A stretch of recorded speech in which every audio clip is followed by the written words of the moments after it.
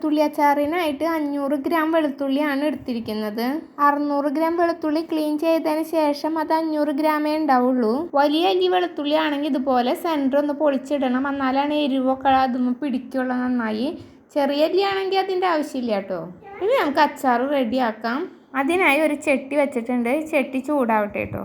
ഇതിലേക്ക് ഇനി എണ്ണ ഒഴിച്ചു കൊടുക്കാം. നല്ലെണ്ണയാണ് കേട്ടോ വേണ്ടത്. നല്ലെണ്ണയാണ് കൂടുതൽ ടേസ്റ്റ്. നല്ലെണ്ണ ഇല്ലെങ്കിൽ വെളിച്ചെണ്ണ ആയാലും മതി. 250 ml കപ്പിൽ 1 കപ്പ് നല്ലെണ്ണയാണ് ഒഴിക്കുന്നത്. എണ്ണ ഇത്രയും തന്നെ വേണം കേട്ടോ. എണ്ണ ഉണ്ടെങ്കിൽ അച്ചാർ എത്ര നാൾ വേണമെങ്കിലും കേടുകൂടാതിരിക്കും. എണ്ണ ചൂടായിട്ടുണ്ട്. ഇതിലേക്ക് 1 ടേബിൾ ടീസ്പൂൺ കടുക് ഇടാം.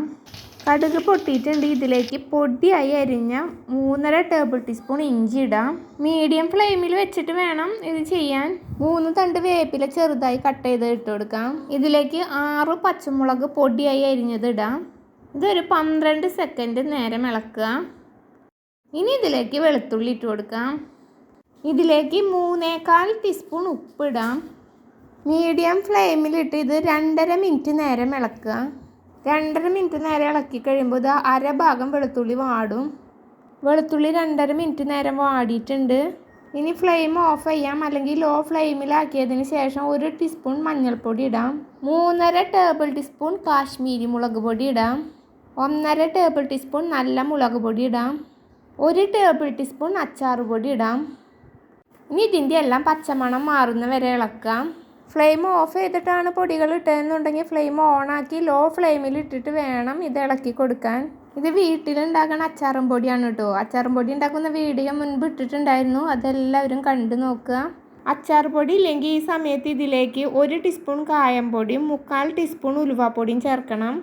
അച്ചാർ പൊടി ഇതുപോലെ ഉണ്ടാക്കി വെച്ചാൽ നമുക്ക് പെട്ടെന്ന് തന്നെ ഏത് അച്ചാറും റെഡിയാക്കാൻ പറ്റും. ഈ അച്ചാർ പൊടി റെഡിയാക്കിയിട്ട് 8 മാസത്തോളമായി. ഇതുവരെ കേടൊന്നും വന്നിട്ടില്ല. ഞങ്ങൾ ഫ്രിഡ്ജിൽ വെച്ചു. അതിന് ശേഷം ഇത് നമ്മൾ എപ്പോഴും എടുക്കുന്ന വെച്ചാൽ അതിന് 2 മണിക്കൂർ മുന്നേ പുറത്തെടുത്ത് വെച്ചാൽ മതി.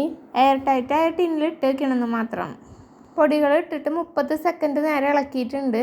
ഇനി ഇതിലേക്ക് 250 ml കപ്പിൽ 1 കപ്പ് വിനാഗിരി ഒഴിച്ചു കൊടുക്കാം. ഇനി ഇത് മീഡിയം ഫ്ലെയിമിൽ തന്നെ വെച്ച് 1.5 മിനിറ്റ് നേരം ഇളക്കി കൊടുക്കാം. ചില്ലുകുപ്പിയിൽ ഇട്ട് വെച്ച അച്ചാർ എത്ര നാൾ വേണമെങ്കിലും കേടുകൂടാതിരിക്കും കേട്ടോ. ഇതിൽ നമ്മൾ വെള്ളമൊന്നും ഒഴിക്കുന്നില്ല. 1.5 മിനിറ്റ് ആയിട്ടുണ്ട്. ഇനി നമുക്ക് ഫ്ലെയിം ഓഫ് ചെയ്യാം. അച്ചാർ ഫ്ലെയിം ഓഫ് ചെയ്താലും തന്നെ ഇരുന്നൊന്നും കൂടെ ടൈറ്റ് ആവും. ഇത് നല്ല പോലെ ചൂടാറിയതിന് ശേഷം വേണം കുപ്പിയിൽ ഇട്ട് വയ്ക്കാൻ. അച്ചാർ ഇട്ട് വയ്ക്കുന്ന ചില്ലുകുപ്പി നല്ല പോലെ തുടച്ച് വൃത്തിയാക്കി ഒട്ടും വെള്ളമില്ലാത്തതിന് ശേഷം വേണം ഇടാൻ. വെള്ളമുള്ള കുപ്പിയാണെങ്കിൽ അച്ചാർ വേഗം കേടാവും. അച്ചാർ എടുക്കുമ്പോഴും വെള്ളം ഒട്ടും ഇല്ലാത്ത സ്പൂൺ കൊണ്ട് വേണം എടുക്കാനായിട്ട്. ചൂടാറിയിട്ടുണ്ട് അച്ചാർ. ഇനി നമുക്കിത് കുപ്പിയിലേക്ക് ഇട്ട് വയ്ക്കാം.